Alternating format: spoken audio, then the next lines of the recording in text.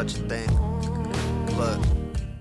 Hey guys, it's Godbars here, the self-proclaimed hip-hop historian, and this is the 165th episode of my series where I grab a vinyl from my collection, talk about why I love it, what influence it has, and what its place is in the grand scheme of hip-hop. So it's been a good 100 uploads and then some since I actually covered the Wu-Tang Clan through their seminal debut that inspired the name for this channel. 1993's Game Changer Enter the Wu-Tang, often just referred to as 36 Chambers. However, I doubt I really need to give that much background on the clan and its origin, as they're quite literally as iconic of a hip-hop group as there can be, having pretty much a reserved spot on the Mount Rushmore of rap collectives, next to fellow titans like A Tribe Called Quest, NWA, Ghetto Boys, or De La Soul. While they technically fall under the duo section, you could probably still throw in acts like Outkast, Eric B. and Rakim, Gainstar, or Mobb Deep in terms of name recognition. And the only reason you wouldn't include those goats is because certain people may separate an outfit with just two members from a full-blown collective, like Boot Camp Click, Arrested Development, Hieroglyphics, or 3-6 Mafia. Hip-hop has a pretty staggering number of legendary duos, trios, and full crews, and I wanted to display just how mind-blowing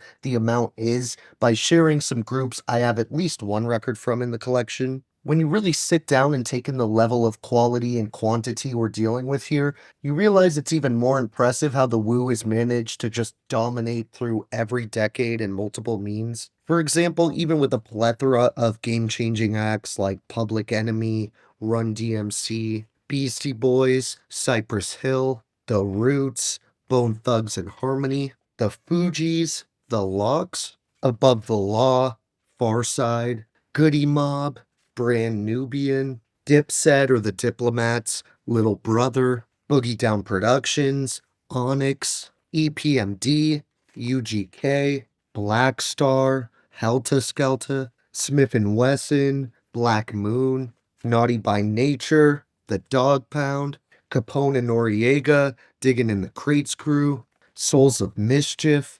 Nonfiction, Freestyle Fellowship, Masta Ace Incorporated, Jurassic 5, Cunning Linguist, the list goes on and on. Yet there's really no group in that massive list or even the wider culture itself that broke the legacy the way Wu-Tang Clan did. There's so many legendary groups I actually had to go back and take like 2 or 3 dozen out at least, because I would have had to pull out like half of my collection. And obviously that's still not accounting for all the records I haven't been able to find yet. So I do think it highlights and emphasizes my point about the sheer power and impact of Wu-Tang and its myriad of members and affiliates. While I won't go into the actual formation of the collective and the early days in this video, I will give a quick rundown of the mainstay members for anyone new to the page or hip-hop in general, those being Chef Raekwon, Ghostface Killah, RZA, Method Man, Old Dirty Bastard, Inspector Deck,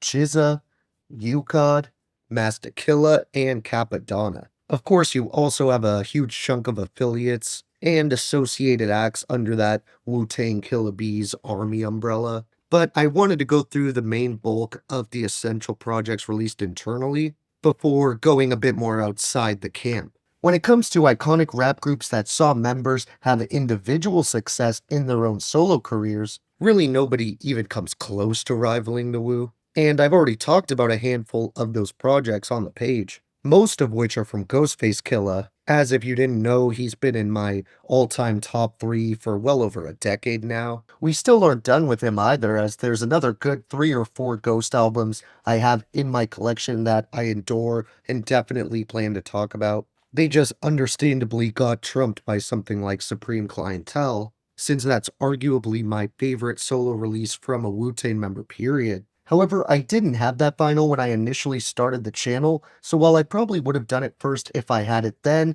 I ended up covering other Ghostface essentials, like his classic solo debut Iron Man, and one of his more underrated projects, the collaboration he did with Bad Bad Not Good, Sour Soul. I've also talked about the stellar Jizza album Liquid Swords, as well as the LP that many would probably consider the magnum opus in the pantheon of Wu-related releases, Raekwon the Chef with his masterpiece Only Built for Cuban Links, which of course also featured Ghost in a pretty prominent role, to the point he's on the album cover and features on the majority of tracks. Honestly, even the solo Wu-Tang Clan projects that don't get quite as much praise and attention, like The Genius with his 1999 sophomore LP Beneath the Surface, Inspector Deck's first album Uncontrolled Substance that same year, Capadonna's dope 1998 debut The Pillage, or Master Killer's No Set Date in 2004, and best of all, ODB's final album before his passing,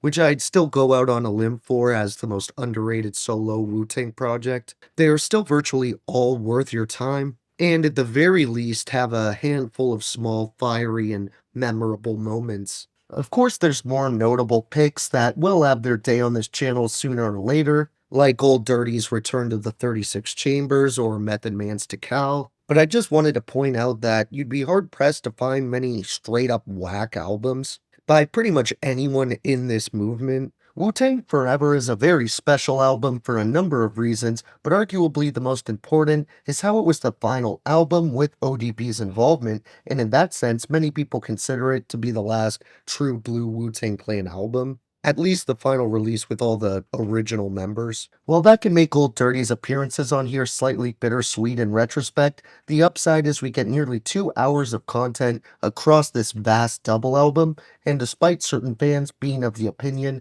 it's a bit bloated and overstays its welcome, personally I don't agree at all. To me, that kind of just ignores how much hype and excitement surrounded these guys after their debut as a collective. And then they fed those flames by continuing to drop bomb after bomb in the solo artist department. So by the time 1997 rolled around, it had been nearly 5 years since Enter the Wu-Tang slash 36 Chambers, and with how much progress and growth every member had made since 93, people like me were of the mindset that too much is a better problem to have than not enough. I probably wouldn't try to use that excuse if the second half of this album had dropped off in quality, but it doesn't. In fact, it does the opposite, with some of the most iconic Wu-Tang Clan moments ever falling on the second half of this thing. The best example is definitely Triumph, as I can't imagine anyone watching this video isn't somewhat familiar with that song. As for me, it was literally the first track I'd ever heard from these guys. It was honestly a big part of me falling in love with hip-hop in general because Inspector Deck's opening verse is just further proof that he's the best starting man in the entire group, bar none. With the verse so memorable and instantly recognizable, it even rivals Ray's verse on Cream or Cash Rules Everything Around Me. Really, every member delivers some of their best performances, and right after, Old Dirty Bastard gives us his infamous yet hilarious intro that I can't really repeat on here, and then we're thrown right into a nearly 7-minute non-stop lyrical slaughter, which was pretty much unheard of at the time, at least for a major label act of this status. Even just the very first set of lines are so perfectly crafted and executed that there's a good argument to be made that it's the best starting verse in the game, with Rebel INS giving us the iconic opening lines. I bomb atomically, Socrates' philosophies and hypotheses can't define how I be dropping these mockeries, lyrically perform armed robbery, flee with the lottery, possibly they spotted me. Ultraviolet shine blind forensics. I inspect view through the future see millennium. Kill a bee sold 50 gold, 60 platinum.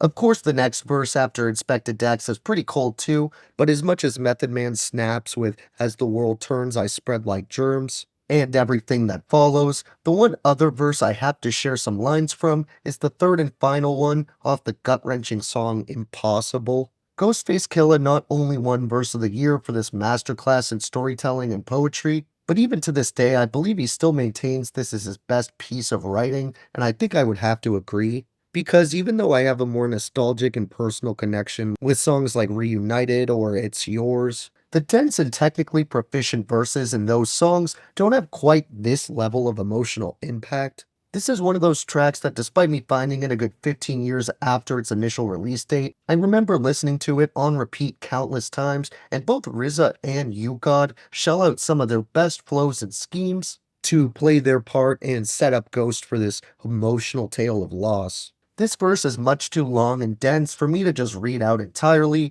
and it's one of those musical moments that you'd probably appreciate more listening to it yourself as you have the lyrics pulled up. But I did want to share a couple of the bars that really stuck with me over the years. This whole thing is just Ghostface speaking directly to a friend who's dying in front of him, with one memorable set of lines being, "Nah, Jamie, don't start that shit. Keep your head up. If you escape hell, we getting fucked up. When we was 8, we went to Bat Day to see the Yanks. In '69, his father and mine's robbed banks. He pointed to the charm on his neck with his last bit of energy left, told me rock it with respect. I opened it, seen the god holding his kids. Photogenic, tears just burst out my wig."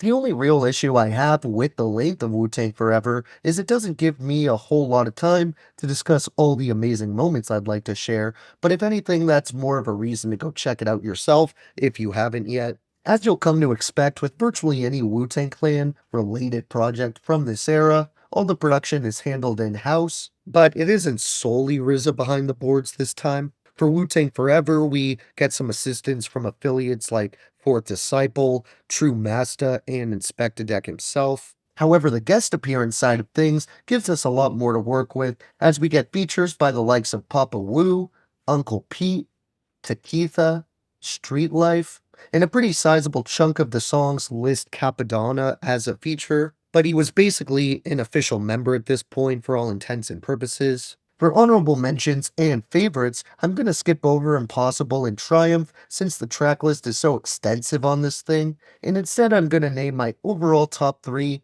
as Hell's Wind Staff, The City, and It's Yours. For songs I love that didn't quite make that final cut of favorites, I still want to shout out Reunited, Older Gods, Maria, The MGM, Dog Shit, Duck Season, For Heaven's Sake, Cash Still Rules slash Scary Hours, or Still Don't Nothing Move But the Money, Severe Punishment, A Better Tomorrow, Bells of War, The Projects, Heaters, and Black Shampoo. Thank you for watching my 165th video. Next time we're going back over to the West Coast to cover another crew that was masterminded by one of the most talented producers alive. So check for that one, and if you enjoyed, be sure to like, subscribe, and let me know what your favorite songs are off this massive undertaking. Don't forget to have a great day, and I'll see you next time, okay? Alright.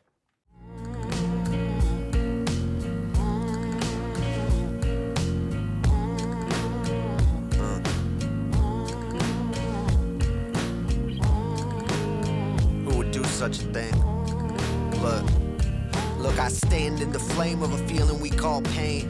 Father's Day mug, little hand shaped of clay, carrier planes flew overhead in pockets.